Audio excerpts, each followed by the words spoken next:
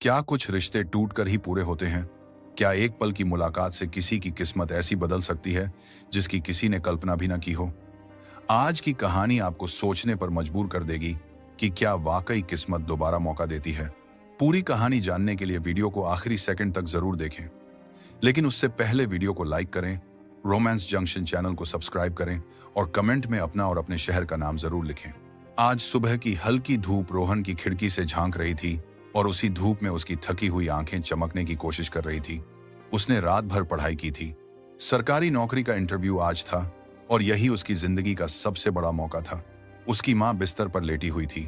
खांसी रुक नहीं रही थी और पिता अखबार के पीछे से बार बार रोहन को देख रहे थे, जैसे उनका दिल कह रहा हो, बेटा आज वक्त को बदल देना। रोहन ने जूते मां की पुरानी साड़ी से साफ किए, बाल ठीक से संवारे और एक बार फिर बैग उठाकर तैयार हो गया। नए कपड़े तो नहीं थे, लेकिन उसका इरादा चमक रहा था। आंखों में एक सपना और दिल में जिम्मेदारी का बोझ था। मां ने कांपते हाथों से उसका माथा छुआ और कहा, बेटा यह लड़ाई सिर्फ तेरी नहीं है, यह हमारे पूरे घर की आखिरी उम्मीद है। रोहन ने उनके पैर छुए और बिना कुछ बोले चल पड़ा। उसका दिल अंदर से डरा हुआ था, लेकिन चेहरा पत्थर की तरह शांत था। सरकारी दफ्तर की पुरानी बिल्डिंग, लंबा बरामदा और दर्जनों युवा अपनी अपनी बारी का इंतजार कर रहे थे। हर चेहरा कह रहा था, बस एक बार लग जाए नौकरी, सब ठीक हो जाएगा। जब रोहन का नाम पुकारा गया तो उसका दिल एक बार धड़का जरूर, लेकिन उसने अपने कदम नहीं रोके। वह धीरे धीरे इंटरव्यू हॉल की ओर बढ़ा। हर कदम उसके 4 साल के संघर्ष को अपने साथ लिए हुए थे। जैसे ही उसने दरवाजा खोला, सामने 3 लोग बैठे थे, 2 पुरुष और एक महिला। और उस महिला को देखते ही उसकी सांसें जैसे रुक गई। वह चेहरा, वह आंखें, वह माया थी। वही माया जिससे रोहन ने कभी 7 फेरे लिए थे और जिसने 4 साल पहले उसी रिश्ते को अपने घमंड में तोड़ दिया था। आज वही माया अफसर बनकर उसी का इंटरव्यू लेने के लिए बैठी थी। रोहन का चेहरा एक पल को फीका पड़ गया। पलकों में पुरानी यादें उमड़ पड़ी, पर उसने खुद को संभाला। कुर्सी खींचकर बैठ गया और सोच लिया, आज सिर्फ मेरा नाम नहीं, मेरी मेहनत जवाब देगी। मेरे जज्बे की परीक्षा है यह। रोहन ने अपनी सांसों को काबू में किया और सिर ऊंचा रखकर सामने देखा। तीनों इंटरव्यूअर रोहन का बायोडाटा पढ़ रहे थे, लेकिन माया, वह कभी कागज देखती, कभी रोहन का चेहरा। उसकी आंखों में एक झिझक थी और शायद एक डर भी कि कहीं यह सामना उस तूफान को न जगा दे जिसे उसने खुद 4 साल पहले छोड़ा था। लेकिन रोहन के चेहरे पर ना कोई शिकायत थी, ना कोई झुकाव, बस एक गहरा आत्मविश्वास था। वह रोहन अब वही नहीं था जो कभी माया के तानों में चुप रह जाता था। वह अब तप कर निकला हुआ लोहा था जो अब झुकना नहीं जानता था। इंटरव्यू शुरू हुआ। पहले सवाल पर रोहन का जवाब सीधा और साफ था। दूसरा सवाल आया। रोहन की आवाज थोड़ी और गूंजने लगी। तीसरे, चौथे, 5वें। हर सवाल पर रोहन का जवाब जैसे तैयार ही था। उसे किताबें याद नहीं थी, उसे जिंदगी के तजुर्बे याद थे। हर वाक्य में उसका दर्द था, उसका धैर्य था और उसका सपना था। माया अब बस सुन रही थी। उसके होठ सूख चुके थे और आंखें भरने लगी थी। वह रोहन जिसे कभी उसने कहा था, मैं कोई नौकरानी नहीं हूं, वही रोहन आज सामने बैठा था, शालीनता से, गरिमा से और उस गहराई से जवाब दे रहा था जिसे कोई घमंडी इंसान कभी समझ ही नहीं सकता। आधे घंटे का इंटरव्यू खत्म हुआ। रोहन ने सभी का धन्यवाद किया, माया की ओर बिना किसी कटाक्ष या शिकायत के देखा और बाहर निकल गया। लेकिन किस्मत की कहानी अब भी पूरी नहीं हुई थी। वह जैसे ही बाहर आया, पीछे से किसी ने धीमी आवाज में पुकारा, रोहन, अगर तुम्हारे पास 2 मिनट हो तो मैं कुछ बात करना चाहती हूँ। रोहन रुका। उसने पीछे मुड़कर देखा। माया वहां खड़ी थी, आंखें नम थी, चेहरे पर अजीब सी थकान थी और आवाज में नमी। रोहन ने ना ज्यादा सोचा ना कुछ पूछा, बस सीधा बोला, 2 मिनट क्या? अगर तुम्हें मुझसे कुछ कहना है तो मेरे पास जितना समय तुम्हें चाहिए उतना है।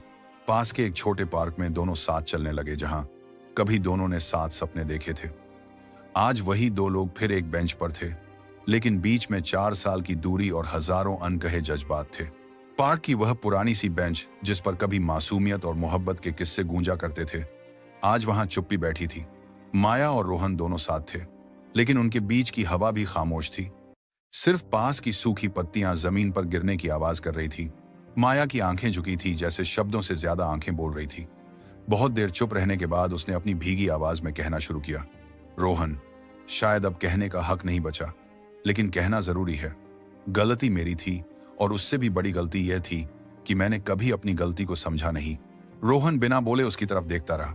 माया आगे बोली, जब हमारी शादी हुई थी मैं घमंड में थी। पापा ने दहेज दिया, जमीन थी, पैसा था। माँ ने रोज समझाया, तू बहू नहीं है, महारानी है। ये तेरा ससुराल नहीं, तेरा हक है। और मैं वही मान बैठी। मुझे लगा घर चलाना मेरी जिम्मेदारी नहीं है, बल्कि सबको मुझे झेलना पड़ेगा। मैंने तुम्हारे माम पापा को कभी माम बाप समझा ही नहीं। मैंने तुम्हें भी कभी वह प्यार नहीं दिया जिसके तुम हकदार थे। उसके होंठ कांपने लगे, आंखों से आंसू खुद टपकने लगे। जब मैंने तुम्हें छोड़ा, तलाक दिया और माँ के पास वापस चली गई तो कुछ वक्त सब ठीक लगा। तुम्हारे दिए पैसे से माँ ने अच्छे से रहना शुरू किया। लेकिन फिर एक दिन माँ चली गई और उसके बाद मुझे पता चला घर सिर्फ दीवारों से नहीं, अपनापन से बनता है।